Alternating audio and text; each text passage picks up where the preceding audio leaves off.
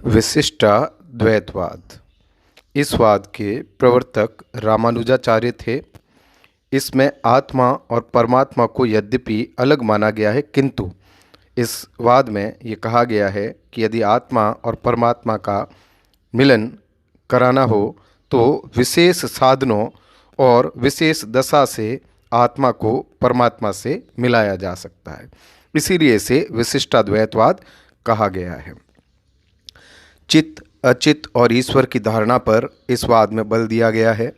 भगवान वासुदेव के अनुग्रह से मुक्ति होती है, ये बात कही गई है। ईश्वर का साक्षात अनुभव ही मुक्ति का अंतिम साधन है, ये बात भी कही गई है।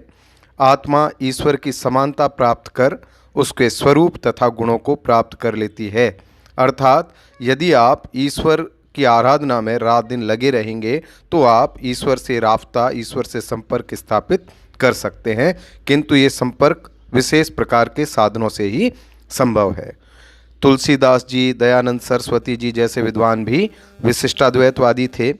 इस वाद में ये भी कहा गया है कि सामुज्य मुक्ति ही कैवल्य मुक्ति है, अर्थात संपूर्ण प्रकार की मुक्ति जब प्राप्त होगी तभी आपको विशेष प्रकार का ज्ञान प्राप्त होगा और ज्ञान द्वारा आपकी अंतिम मुक्ति संभव है।